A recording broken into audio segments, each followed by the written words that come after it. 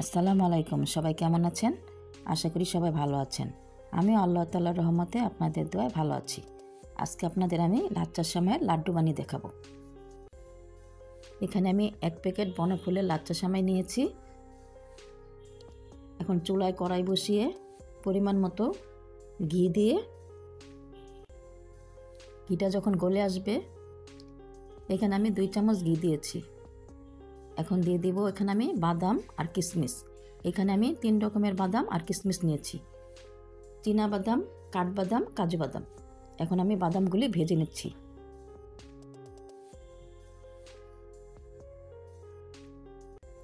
বাদামগুলি ভাজা হয়ে গেছে, এখন আমি তুলে নেব। এখন ওই কড়ার মধ্যে আমি আরেক চামচ ঘি দিয়ে, ঘিটা যখন গলে আসবে তখন দিয়ে দিব 2টা এলাচি, 2 টুকরা দারচিনি, 1টা তেজপাতা ছিঁড়ে দিয়ে দেব। দিয়ে একটু ঘিয়ের সাথে ভেজে নেব।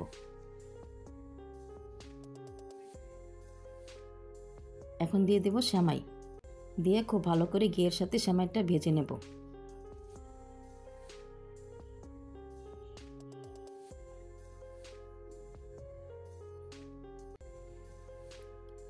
সেমাইটা ভাজা হয়ে গেছে, এখন আমি দিয়ে দেব 1/2 কাপ নারকেল কুচি, 1/2 কাপ চিনি।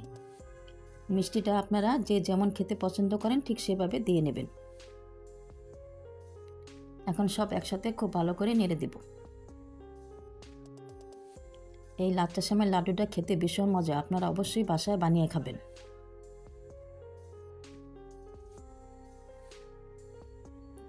এখন আমি দিয়ে দিব লাল রঙের ফুড কালার, এতে করে লাড্ডুটা খুব সুন্দর একটা কালার দেখাবে।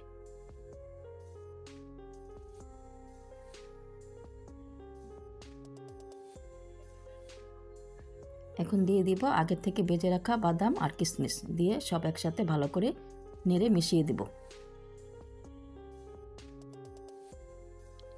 আপনারা চাইলে ফুড কালারটা ব্যবহার নাও করতে পারেন, আমি একটু সুন্দরের জন্য ব্যবহার করেছি। এখন দিয়ে দেব 1/2 কাপ গুঁড়া দুধ। এই গুঁড়া দুধ দেওয়াতে এই লাড্ডুর স্বাদ দ্বিগুণ বেড়ে যাবে।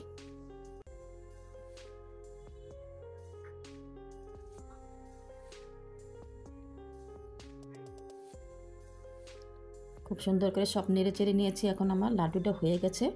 এখন আমি নামিয়ে একটি বাটিতে ঢেলে নেব। ঢেলে হালকা একটু ঠান্ডা করে তারপর আমি লাড্ডুর শেপ দিয়ে নেব। এখানে আমি সস যে থাকে সেই বাটিটা ইউজ করেছি। দেখতে পাচ্ছেন কিউট বাটিটা, দেখতে খুব সুন্দর। এখন এখানে আমি লাড্ডুর শেপগুলি দিয়ে নেব। আপনারা গোল করেও বানাতে পারেন, আর চাইলে আমার মতো এরকম ডিজাইনও করতে পারেন, এটা আপনাদের ইচ্ছা।